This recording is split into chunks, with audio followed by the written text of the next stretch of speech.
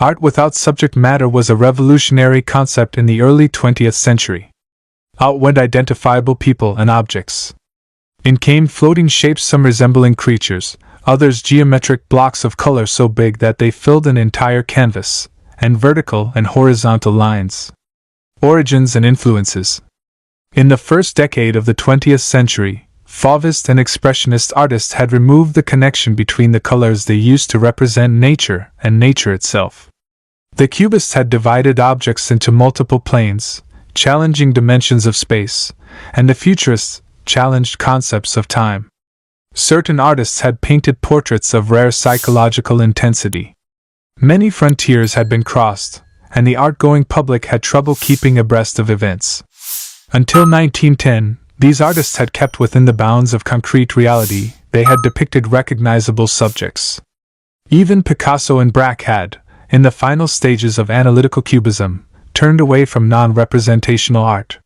Their canvases had always included a subject. It had just become harder to identify it. Removing subject matter, the biggest leap of all, removing any reference to the world of identifiable objects, proved stubbornly elusive. Artists instinctively knew that the foundation of art was reproducing some facet of the world as the artist saw it. It would be no simple matter for painters and sculptors to take the decisive step to abstraction art without representation. Schroeder House Dutch architect Gerrit Rietveld designed this house with abstract concepts in mind, such as the floating white plane and pronounced vertical and horizontal lines. 1923-24, Utrecht, Netherlands. Current events. 1910, German bacteriologist Paul Ehrlich develops the cure for syphilis. The disease ruined many lives, not least among artists. 1913, Russian composer Alexander Scriabin wrote his symphonic piece The Poem of Fire for orchestra and light show, believing that each musical sound had its own color and could be played as light. 1924-25, photographs were transmitted across the Atlantic for the first time by wireless telegraph. The following year, the first transatlantic broadcast took place. Birth of abstract art. Timeline. Kandinsky hovered on the brink of abstraction with the Blue Rider. Mondrian's The Great Tree, see page 444, has the merest reference to its title, moving closer to the abstract ideal of composition with red, black, blue, and yellow. In 1915, Malevich launched his brand of abstraction on the public with suprematist composition. Brancusi's Mademoiselle Pogani pares portrait art down to the essence of a face. 1909, Kandinsky, Der Blaue Reiter, The Blue Rider. 1915, Malevich, suprematist composition.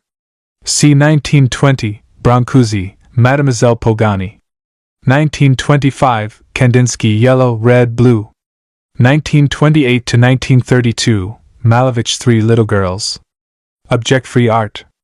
Abstract notions were not entirely new. J.M.W. Turner's landscapes and seascapes, painted in the 1830s and 40s, were often a whirl of atmospheric colors and abstract elements, although the viewer eventually identifies a cow in a pasture or ship at sea. The Impressionists had loosened realism's grip on the physical world and at times approached the abstract. Monet's Water Lilies, begun 1899, or Misty Haystack series, 1890-91, are examples. Significantly, all the pioneer abstract painters went through an impressionistic phase. In the decorative arts, there had always been abstract patterns in ceramics, wall hangings, and furniture design.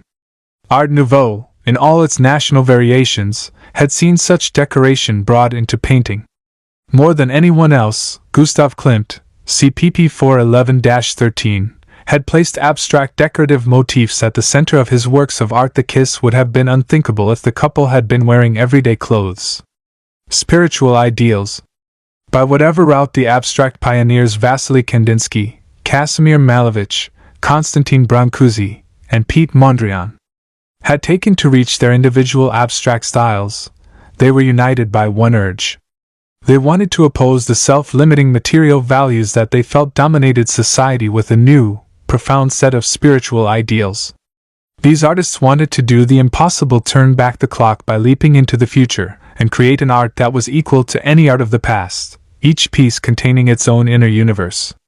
Their approach to creativity was steeped in ancient philosophy, esoteric Eastern beliefs, and new mystical writings. They wanted their art to offer the viewer a rationale for an ordered, spirit-enhancing life. The importance of music provided a guide for abstract artists. Composers had long managed to sweep the listener into other worlds without needing to represent nature directly. Instruments did not imitate cocks crowing or babies chuckling. Yet the concert-goer readily imagined the countryside or memories of childhood. If music could be abstract, ordered, and emotionally charged, then so too could art. Suprematism. Casimir Malevich and L. Lisitsky. Malevich collaborated on projects with Lisitsky, who was developing a new approach to design that fused architectural forms and painting. This is a sketch for a theater curtain. 1919, pencil, watercolor, and ink on paper. 45 by 62.2 centimeters, Tretyakov Gallery, Moscow, Russia. Composition 17. Theo van Doesburg. Sharing Mondrian's vision, Van Doesburg excluded more and more colors from his work. 1919, oil on canvas, 50 by 50 centimeters, Haag's Gemeente Museum, The Hague, Netherlands. A short history of abstract art.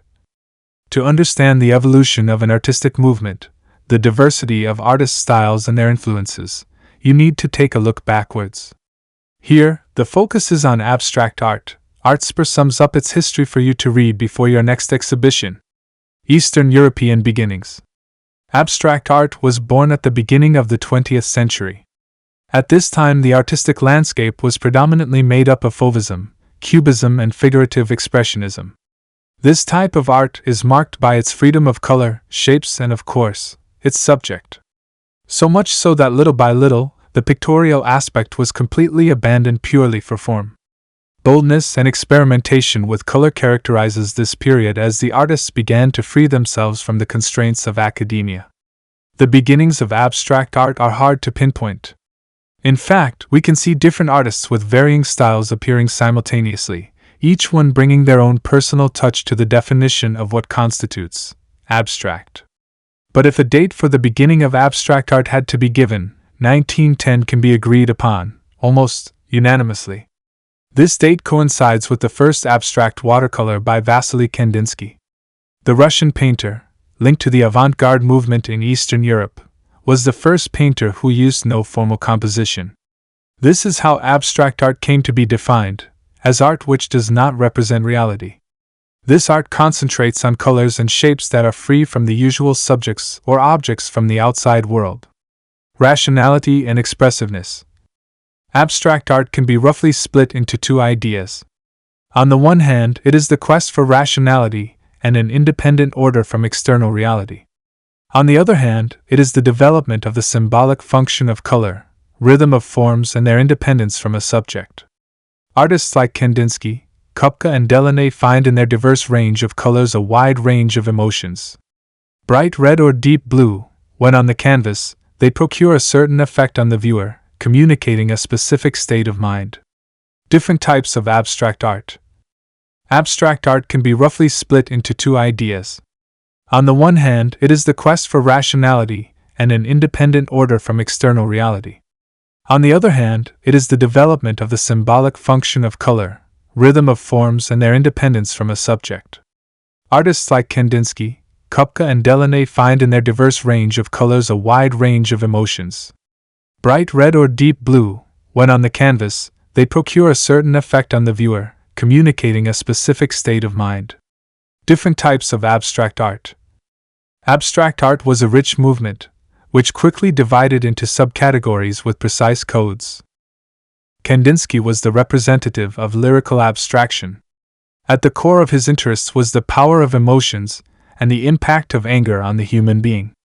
Malevich represented suprematism, a movement that sought pure pictorial sensibility and where forms and colors were left to speak for themselves. The works of Malevich were more geometric and less colorful than those of Kandinsky, which can be compared to a whirlwind of shapes and colors, but still carefully organized. As for Piet Mondrian, with his squares of primary color and black lines, he paved the way for almost geometric abstract art. Also notable is the development of Orpheism. This was driven by the Delaunays, who used sharp colors and rounded shapes to cover the whole canvas. These different trends were almost concurrent and lasted until the 1930s. The introduction of abstract expressionism. In the 40s and 50s, a new abstract art movement, instigated by the Americans, was formed. It was called abstract expressionism. In the aftermath of the Second World War, this new style literally invaded the artistic landscape. Figures such as Jackson Pollock and Willem de Kooning made their marks and are still among the most sought after on the market today. Even with abstract expressionism, several different terms are used depending on the artist. Pollock, for example, represents the action painting. This style is characterized by the vigorous movements of the painter. The painter flicks paint over the canvas, creating splashes, spotting, that gradually form the work. Here, the physical act of the painter is at the center of the artistic process, and not the subject of the painting.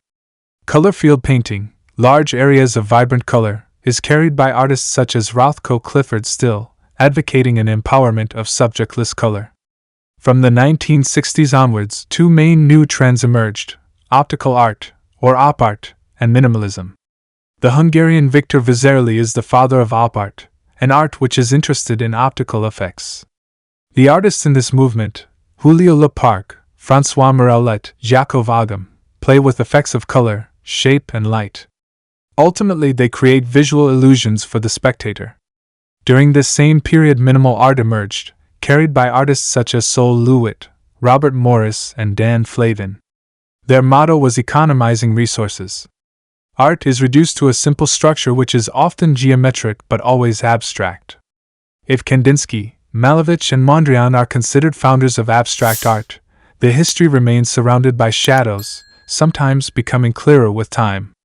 Thus, a painter, who would have been the true pioneer of abstract art, has recently returned to the forefront. In 1906, Hilma af Klint, a Swedish painter, created a series of abstract paintings 4 years before the watercolor paintings of Kandinsky. Did she have influence over the three men? Would her status as a woman have brought prejudice against her, or prevented her from gaining recognition? Or is Sweden's geographical remoteness alone to blame? Whatever the response to this question, the rediscovering of her work is, undoubtedly, to be welcomed.